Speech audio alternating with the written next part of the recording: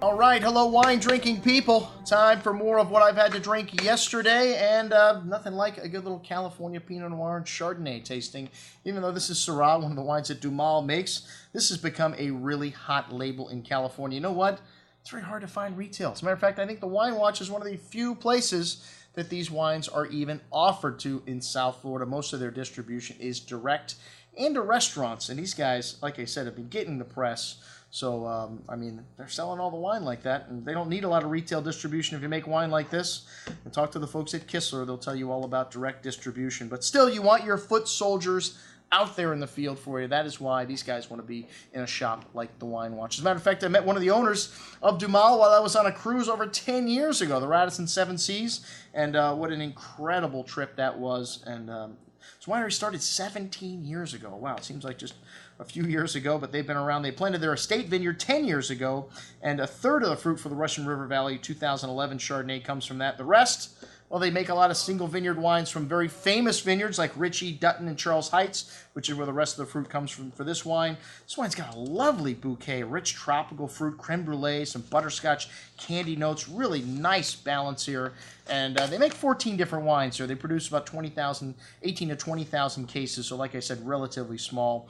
Really ripe and luscious tropical fruit on the tongue, 100% mallow, so you get a texture of whole milk there, lush wine, but nicely balanced with a long finish, echoing that nuance on the nose. And big, but it still has lovely balance and nice freshness here, even better on the second day. Excellent juice.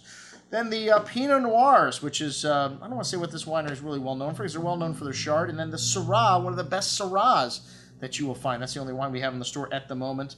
But the Pinots have been red hot. This is the Russian River Valley Pinot 2011, and all the wines are unfiltered here. This is a 7 vineyard blend, all from Hillside Vineyards. Everything's destemmed, open top fermenters, 1 year in oak, 40% new. So you get a bit of that spice from the oak here, but still you get that cola character that the Russian River wines offer you, and pretty floral notes to the red berry and black raspberry fruit, light smoke, some bacon fat notes coming out on the second day. A smooth and silky wine on the tongue with a lot of bright, zesty spice and a good amount of red berry fruit through the finish. Really nice balance and concentration here at 83.25. Hey, a little pricey, but they don't make a lot of any of these wines.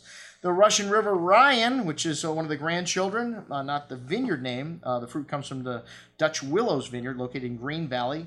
One of the single vineyard Pinots, but they don't put it on the front label because they may change the vineyard at some point. But anyways, it's got a good amount of dark raspberry and dark cherry fruit, some brown spice, pretty floral notes, some earth here, really nice complexity, a step up here in richness on the palate, smooth and velvety texture there, a nice amount of that cherry liqueur-like fruit, wonderful intensity, a long layered finish, lots of earth, exotic spice, most excellent juice, as it should be at $100. And then the Estate Pinot up next, and this is their own vineyard, high density planting, a really rich bouquet of cola, exotic brown spice, complement that cherry pie and black raspberry coulis-like fruit on the nose. Wonderful concentration and complexity here. Vanilla spice, really nice richness, very well endowed.